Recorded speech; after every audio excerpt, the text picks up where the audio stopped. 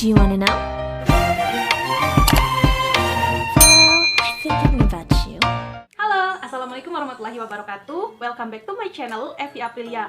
Buat semua teman-teman yang sudah mampir di channel YouTube aku ini, terima kasih banyak nonton video ini sampai habis. Nah, kali ini aku akan membahas tentang CPNS yang kemarin ada bukaan rekrutmen di tahun 2019. Sebelum aku lanjut ke konten, buat teman-teman semua yang belum subscribe channel YouTube aku, di-subscribe dulu. Karena subscribe kamu itu sangat berarti buat aku untuk menyemangati aku membuat konten-konten yang lebih bermanfaat lagi ke depannya. 3, 2, 1. Subscribe. Terima kasih buat semua teman-teman yang sudah subscribe channel YouTube aku dan nonton video ini sampai habis. Hari ini tepat pengumuman kelulusan untuk CPNS tahun anggaran 2019. Jadi itu bukanya di bulan Oktober 2019. Kita tes SKD-nya itu di bulan Januari atau Februari. Karena adanya penyakit yang kita tahu tersebar pandemi di mana-mana, yaitu COVID-19, makanya kemarin sempat ditunda juga beberapa bulan, dan tes SKB-nya itu ada di bulan September kemarin, dimulai sampai di bulan Oktober ini. Oke, jadi buat teman-teman yang penasaran dengan hasil CPNS aku di anggaran tahun 2019 ini, tonton video ini sampai habis. Karena di sini aku akan membahas sedikit atau sekedar permukaannya saja untuk kedepannya menjadi bahan motivasi dan juga bahan pengalaman untuk teman-teman semua yang berkeinginan nantinya untuk ikut rekrutmen CPNS yang katanya di tahun 2021 akan ada lagi bukaan rekrutmen CPNS dan lebih banyak lagi, mudah-mudahan terlaksana.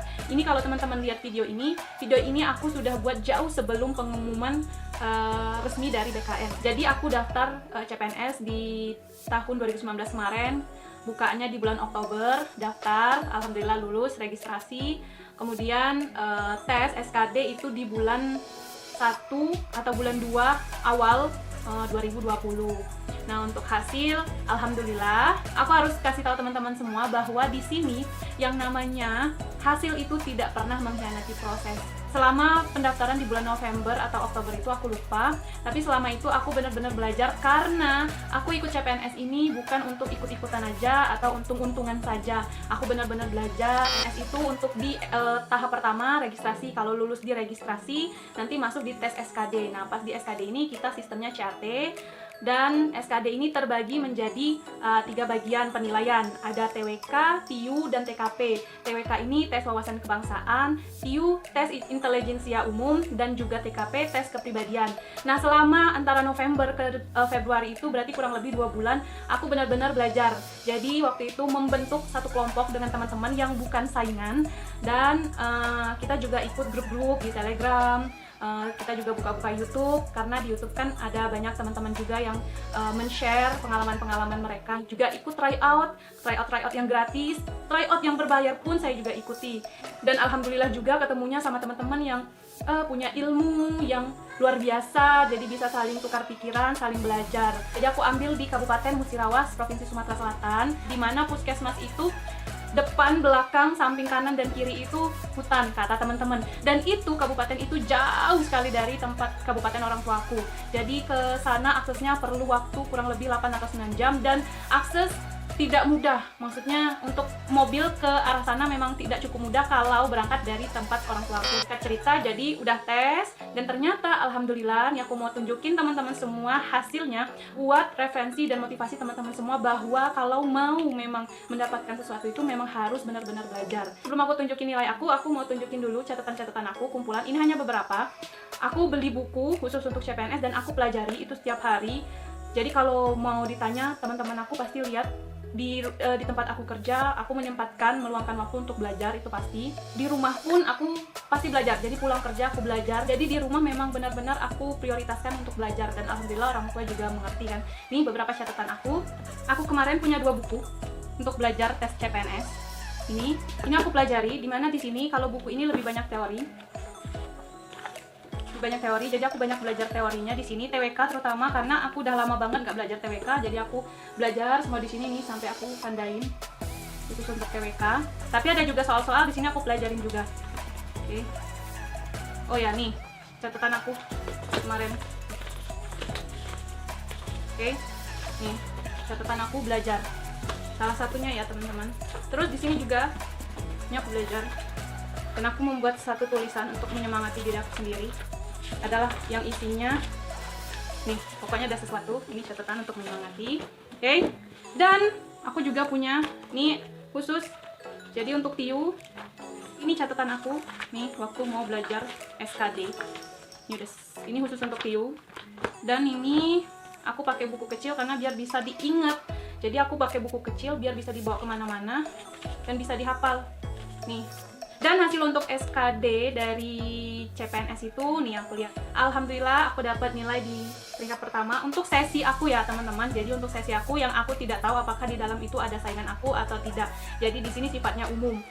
Tapi aku bersyukur sampai di sini karena sudah menduduki peringkat pertama di satu sesi itu. Setelah pengumuman keluar, ternyata alhamdulillah per Kabupaten Musirawas tempat aku ngambil formasi CPNS ini, aku termasuk peringkat 2 se-kabupaten itu antar profesi apoteker ya. Dan alhamdulillah setelah pengumuman keluar, aku lulus dan bisa lanjut ke tes berikutnya, yaitu tes SKB. Nah, tes SKB itu apa sih? Jadi tes SKB itu adalah seleksi bidang. SKB ini terbagi jadi 2 lagi, yaitu kesehatan secara umum dan bidang kita masing-masing. 30% kesehatan secara umum, 70%-nya adalah bidang kita. Kalau aku kan profesi apoteker. Nah, jadi singkat cerita, setelah pengumuman keluar di bulan Februari akhir, itu seharusnya kita akan tes SKB di bulan 3. Nah, teman-teman bisa bayangin dong, antara bulan 2 kita baru selesai tes, terus kita mesti harus lanjut belajar lagi untuk kejar SKB di bulan 3. Pada saat itu rasanya pengen nyerah karena capek ternyata belajar itu.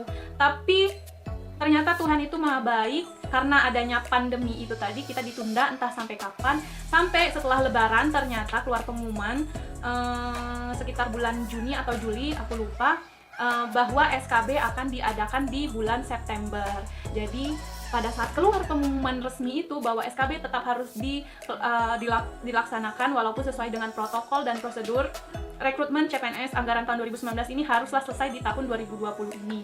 Setelah keluar pengumuman bahwa secara resmi bahwa tes SKB harus dilaksanakan di bulan September itu, jadi aku mulai di bulan Juli akhir itu sudah mulai gencar lagi belajar. Dan aku lagi-lagi cara belajar aku adalah nih. Ini sebenarnya ini catatan baru aku buat catatan ini, tulisan ini sebenarnya ini untuk memotivasi. Dimanapun dan kapanpun aku pasti selalu buat ini. Ini juga. Ini ada lagi. Ada 2. Nih. Catatan ini.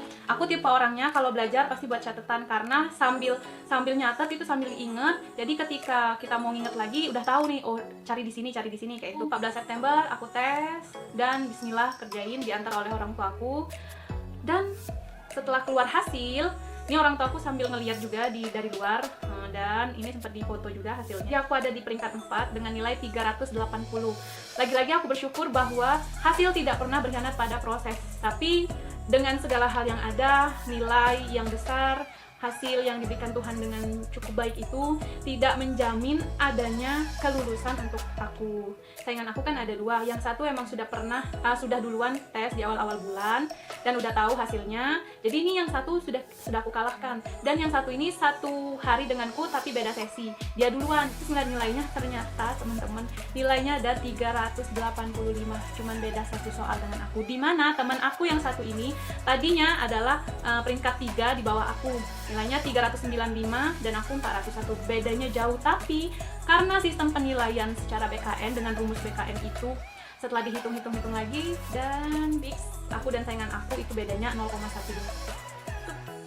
Temen-temen, nyeseknya luar biasa ngelihat nilai itu. Aku nggak mau aku bilang aku kalah, tidak mau juga bilang aku gagal, karena nilai kita itu tidak beda jauh. Aku nggak mau bilang itu karena itu akan menyakiti diri aku sendiri. Jadi aku bilang, oke, mungkin memang Tuhan belum restu aku ada di puskesmas itu. Dan kalau melihat lagi memang banyak yang belum setuju juga waktu itu aku ambil di puskesmas itu karena ada satu dan lain hal lah. Tapi pada saat pengumuman ini keluar, kalau memang ada kebijakan lain dari BKN, itu berarti Tuhan masih ingin aku berjuang lagi gitu kan. Jadi aku bukan berusaha untuk menyembunyikan, hanya aku menunggu pengumuman resmi, karena perbedaan angka yang sedikit itu cuma 0,12, kemungkinan aku menunggu keajaiban lah pada saat itu. Bukan tidak mau mengatakan, tapi tidak banyak orang yang mengerti dan paham. Aku membuat video ini untuk ditonton teman-teman semua, dan juga sekaligus untuk memotivasi teman-teman semua supaya nantinya kalau mau ikut rekrutmen CPNS bisa belajar dari pengalamanku juga sedikit. Dan aku juga berniat setelah ini kalau memang rekrutmen CPNS tahun 2021 itu buka, aku bakal sering-sering memberikan tips ke teman-teman. Walaupun aku tidak diizinkan Tuhan untuk di puskesmas itu, tapi aku juga punya pengalaman dan itu bisa menjadi langkah aku ke depannya untuk lebih baik lagi dalam menjalani rekrutmen CPNS ini. Aku tetap berpositif dengan apa yang aku dapat. Yang jelas dengan nilai yang aku dapat itu, aku percaya bahwa hasil tidak pernah berkhianat pada proses. Dengan nilai itu menambah semangat dalam diri aku bahwa ternyata kalau kita belajar, kita akan mendapatkan nilai yang bagus. Dan mungkin kemarin di SKB aku belum cukup besar dalam mendapatkan nilai itu, ya karena memang mungkin belajarnya belum cukup maksimal. Dan satu hal lagi aku mau kasih tahu teman-teman.